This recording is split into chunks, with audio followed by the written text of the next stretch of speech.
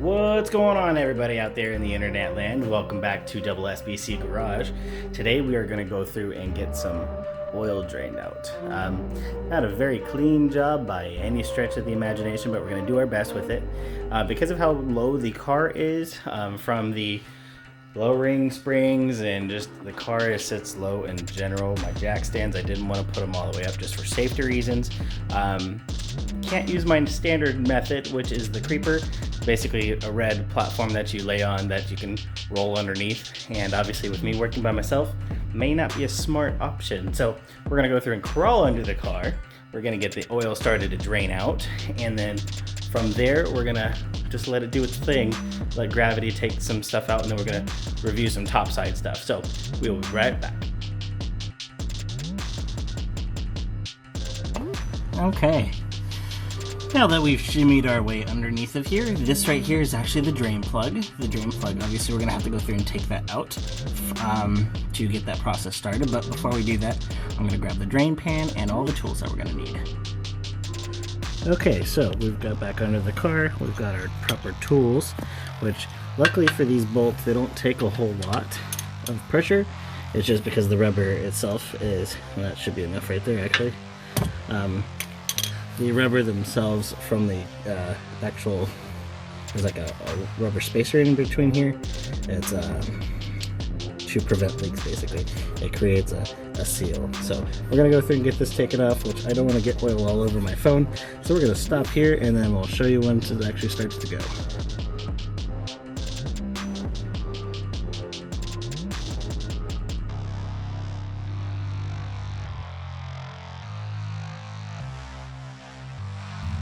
Okay, so as you can see, we're still draining out. That's going to take a while. I've got the oil pan perfectly aligned to not have any drainage issues. So we're going to go through and let that do its thing, and we'll go back up top and discuss plans. Okay, so currently the way that everything is, obviously we have the wires I need to go through and actually put some loom on like we talked about before, just to protect them from the heat from the engine that's literally inches away from them. This is actually currently the oil filter right here. I am actually going to go through and get a remote. Basically it's called a remote plate, and the plate itself is to go through and replace that whole thing to where then I can actually have remote lines like similar to this. It's not exactly like this because this is actually for something completely different. This is actually, I'm pretty sure this is for the air conditioning, which I'm not really following the lines, but anyways, it's similar to this, to where it's going to have an inline and an outline, and basically from there I'm actually going to go through and mount up a remote oil filter. And the reason I want to do that is because of the fact that if I'm running this engine really hard, aka being down in Mexico, you know, driving very spiritedly, the last time that actually happened, the oil got very hot to where I could actually smell it in the cabin, which is not supposed to be that way. Obviously you're not supposed to get up to that. As soon as I did that, I let off to where it could cool down, but I need to get an oil cooler, which I'm sourcing that at the moment.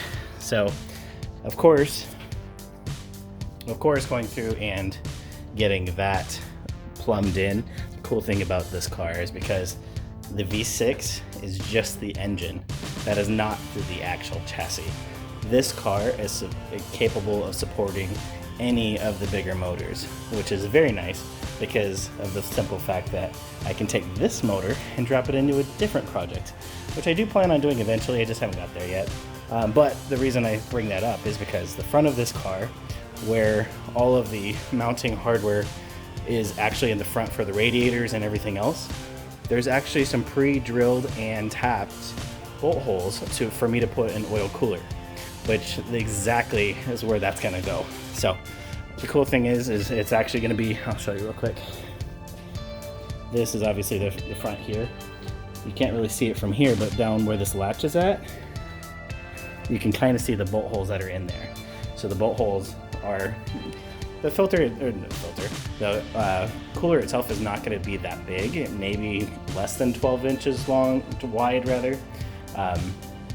But it'll mount straight up on top.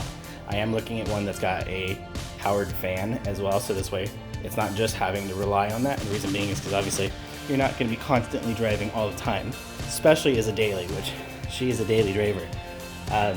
Not right now, obviously, because we're doing some work, and that's why we have the parts getter, Miss Pearl over here. She's the parts getter for now. There's more to come on that one, but as of right now, we're gonna go through and finish letting that go. I'm gonna show you guys what I'm actually looking at.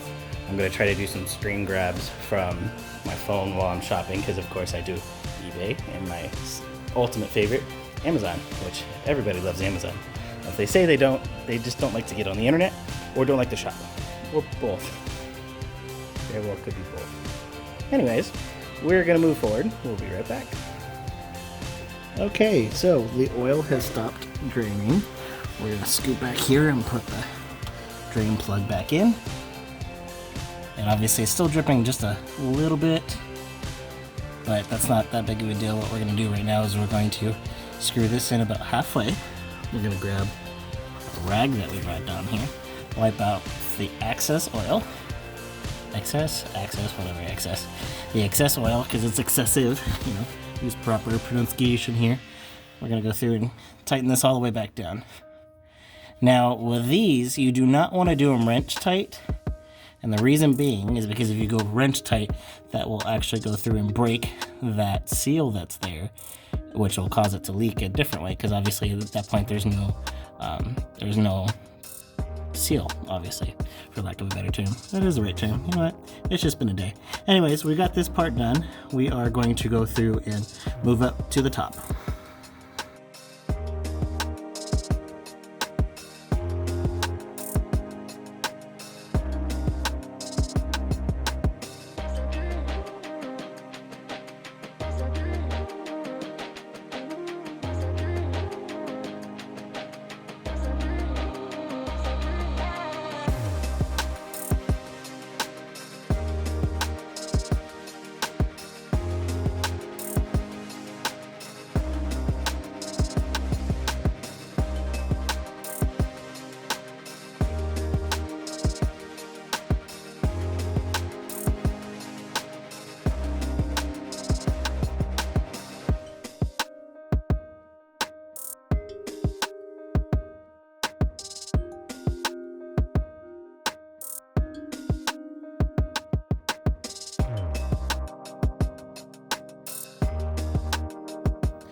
Okay, so we're back up top here.